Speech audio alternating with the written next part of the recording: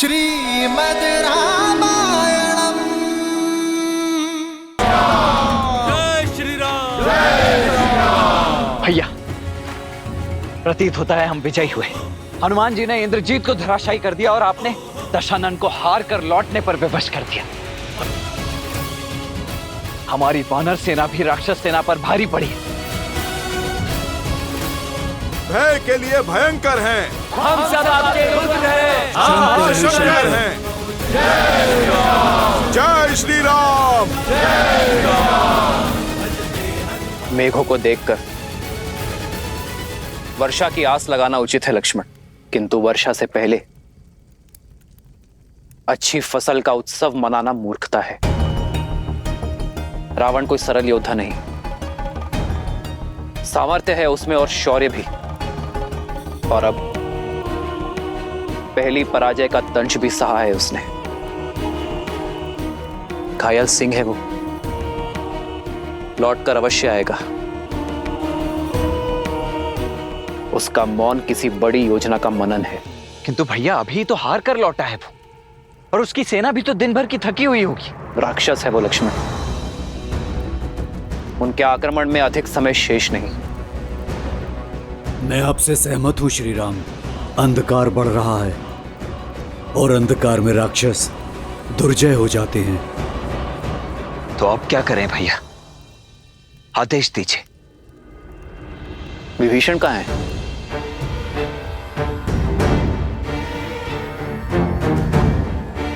नल, नील,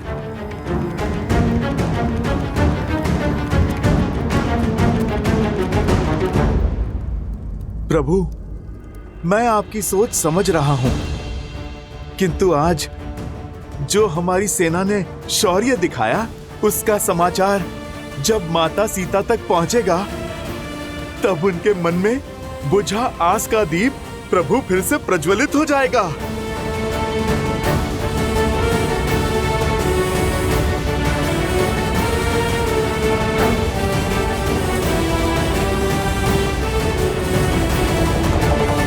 सीते, सीते।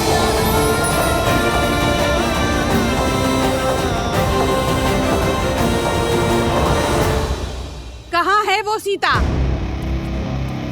इस विपदा की जड़?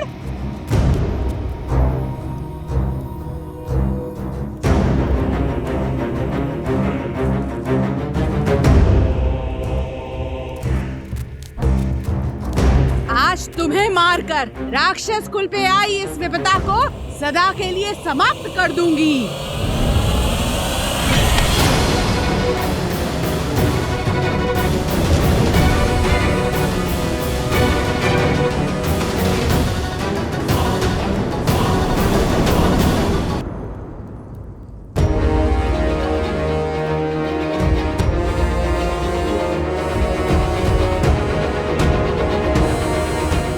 सीता को नहीं मारोगी, बल्कि तुम स्वयं आत्महत्या करोगी।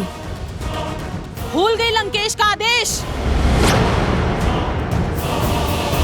महाराज का सम्मान उनके आदेश से बड़ा नहीं। आज पहली बार महाराज युद्ध में अपना सम्मान खोकर आए हैं, वो भी इस सीता के कारण। महाराज का मान और सम्मान धराशायी हुआ है। महाराज के अजय रथ को इसके पति उस वनवासी ने चूर चूर कर डाला। मेरी मानो, समाप्त कर डालो इसे, मत बचाओ इसे।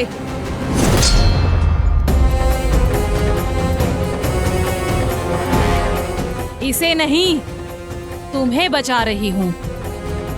अगर इसे कुछ हुआ तो लंकेश तुम्हारी हत्या कर देंगे। समझ नहीं आता तुम्हें? क्षमा कर दीजिए, क्रोध में अपना कर्तव्य भूल गई।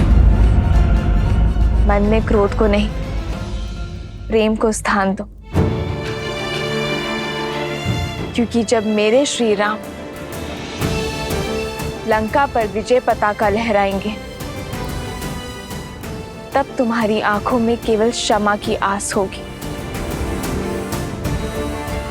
समय रहते पश्चाताप कर लो, तर जाओगे। मूर्ख हो या फिर भोली, ऐसा कभी नहीं होगा। संसार में अगर भय है तो सिर्फ लंकेश का, वर्चस्व है तो सिर्फ इंद्रजीत और कुंभकर्ण जैसे वीरों का। तुम चाहे जितना टालने का प्रयास करो, श्री राम का अंत निकट है। टाल तो तुम रही हो विधि के विधान को, धर्म और न्याय की पुकार को, क्योंकि इस युद्ध में अंतिम विजय धर्म की ही होगी, मेरे श्री राम की ही होगी। और उन्हें ना तुम्हारा अंधविश्वास रोक पाएगा और ना ही तुम्हारे लंकेश का अहंकार।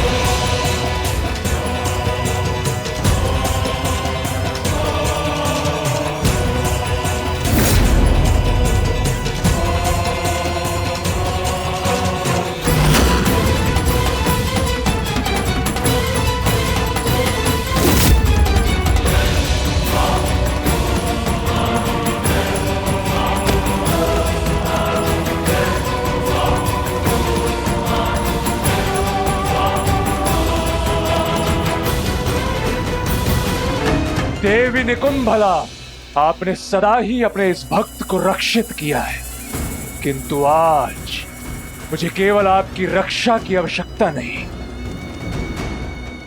मुझे आपसे वो बल चाहिए जिससे मेरे शत्रु की रक्षा कोई भी ना कर पाए, और उसके लिए मुझे आपके पिशाचों की सेना की आवश्यकता है देवी।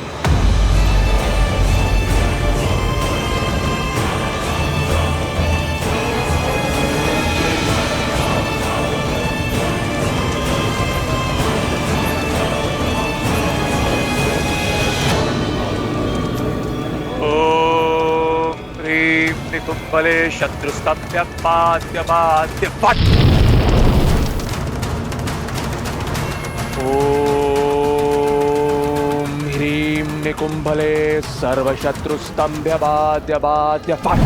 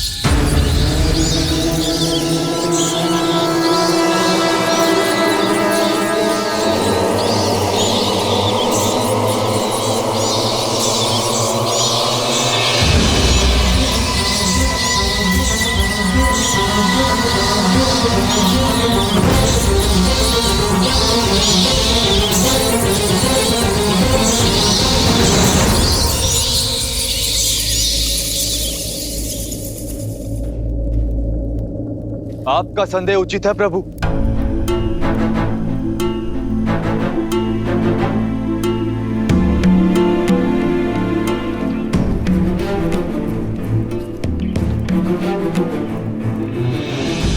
दशानन ना अपमान फूलते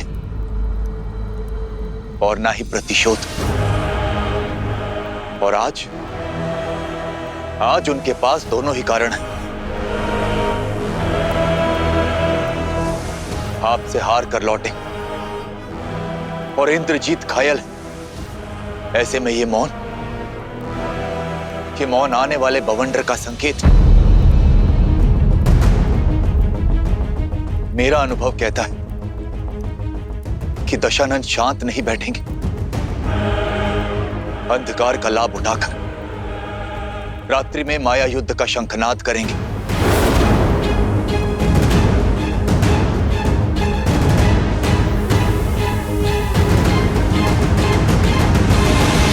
हमें शत्रु की माया का उत्तर देने के लिए सज्ज रहना होगा।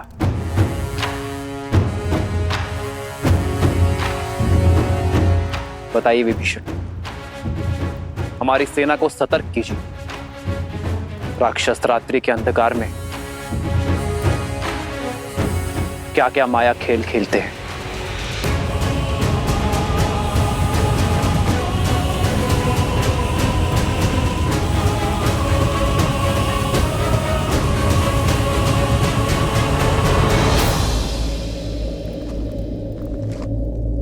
माया युद्ध एक ऐसी कला जो आप सबकी सोच से भी अधिक भयावह है। अब तक आपने युद्ध भूमि में जो भी देखा वो केवल एक प्रस्तावना थी। माया का महाग्रंथ बहुत बड़ा है। माया के प्रयोग से राक्षस अपनी इच्छा से कोई भी रूप धारण कर सकते, प्रकृति को प्रकोप में बदल सकते। चक्रवात, आंधी, मेघ, वर्षा, किसी को भी अपना अस्त्र बना सकते। माया केवल एक शक्ति नहीं, माया एक रणनीति भी है, जिसका उद्देश्य युद्ध से पहले ही अपने शत्रु की आस और साहस को तोड़ना। आप जिस पर प्रहार करेंगे वो शत्रु आपके समक्ष होगा ही नहीं, होगी तो केवल माया। वो ऐसे मंत्रों का जाप करेंगे जिनसे भय, भ्रम और उन्माद जन्म लेते। भूतों और पिशाचों का सहयोग मिलता है उन्हें। इसलिए माया युद्ध को कम आंकने की भूल ना करें। दशानन हर युद्ध केवल बल से नहीं जीते, माया का बहुत बड़ा सहयोग लिया है उन्होंने। आपका परम मित्र माया के वश में आकर आप पर प्रहार कर सकता है।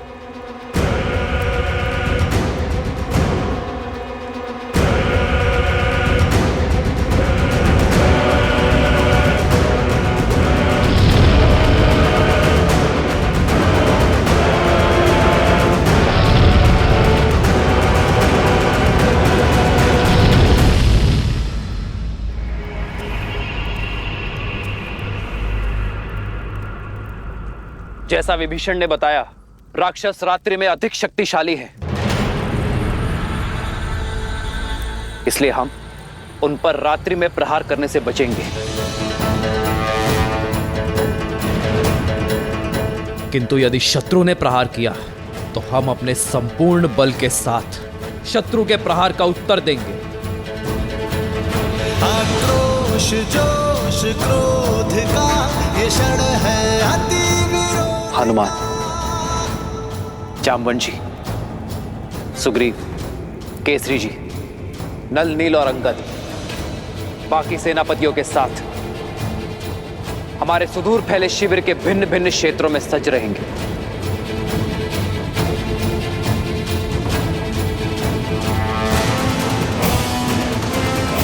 और मैं सेना में सबसे आगे ऐसे स्थान पर रहूंगा जहां आवश्यकता पड़ने पर हर टुकड़ी तक मेरी पहुंच हो।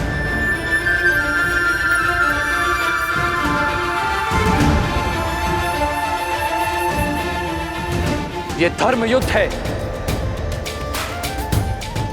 इसलिए कठिन होना सहज है, पर अंततः विजय हमारी होगी।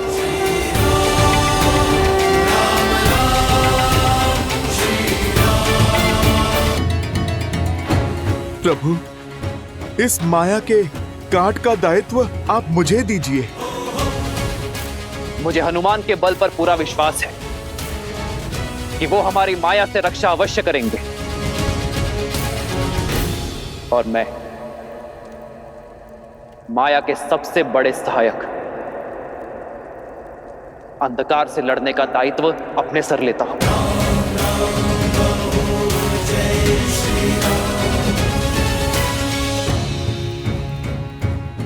हम अंधकार का नाश प्रकाश से करेंगे, पावन अग्नि को प्रज्वलित करेंगे, अपवित्रता का सर्वनाश करेंगे।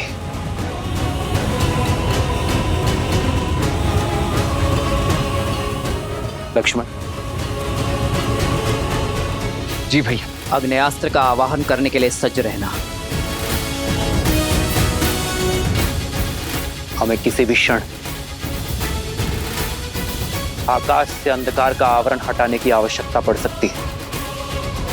और हां, माया के किसी भी संकेत को अनदेखा मत करना। जो आज्ञा भैया।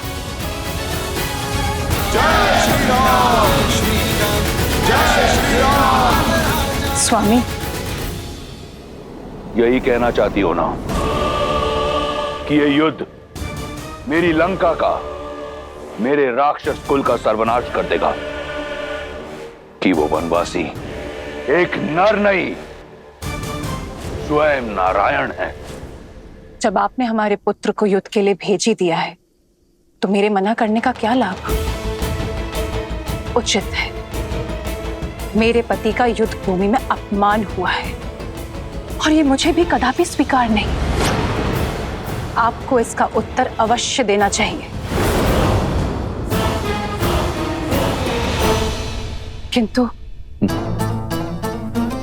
किंतु तुम्हारे इस किंतु ने मेरे आश्चर्य का अंत कर दिया। मैं यही सोच रहा था कि आज तुम मेरा समर्थन कैसे कर रही हो। महादेव की कृपा है कि मेरे पुत्रों की सोच तुम पर नहीं गई। शीघ्र ही मेरा मेघनाद उस वनवासी के प्राणहर राक्षस कुल के अपमान का प्रतिशोध लेगा। अपने पुत्र के शौर्य और सामर्थ्य पर मुझे भी विश्वास है लंकेश। वो प्रतिकार अवश्य लेगा आपके लिए। मैं केवल इतना कहना चाहती हूँ कि इस प्रतिकार के बाद इस अध्याय का अंत कर दीजिए।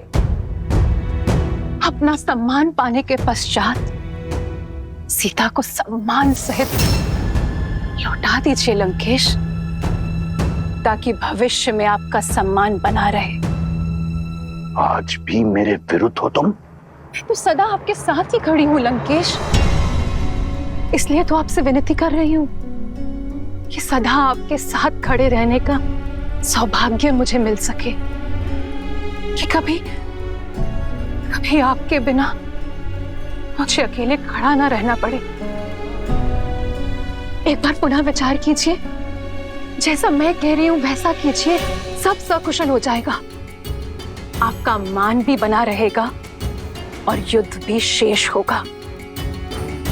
सीता की स्वतंत्रता में राक्षस कुल का हित है लंकेश। बस, अब मैं और कुछ नहीं सुनना चाहता। शीघ्र ही मेरे मेघनाद का यज्ञ संपन्न होगा और शीघ्र अतिशीघ्र उस वनवासी के अंत का आरंभ।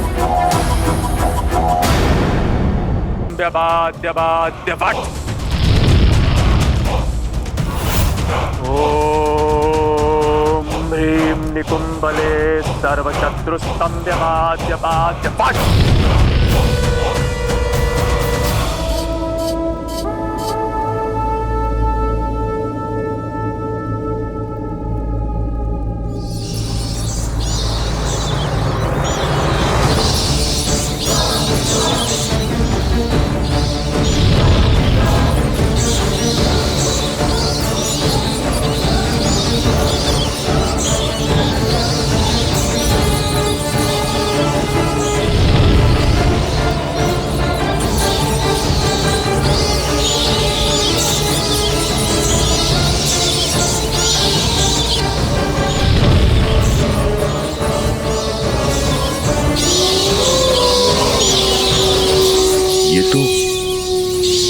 चित्कारों की रुझान की आवाज है। वो लोग भी चित्कार कर रहे हैं।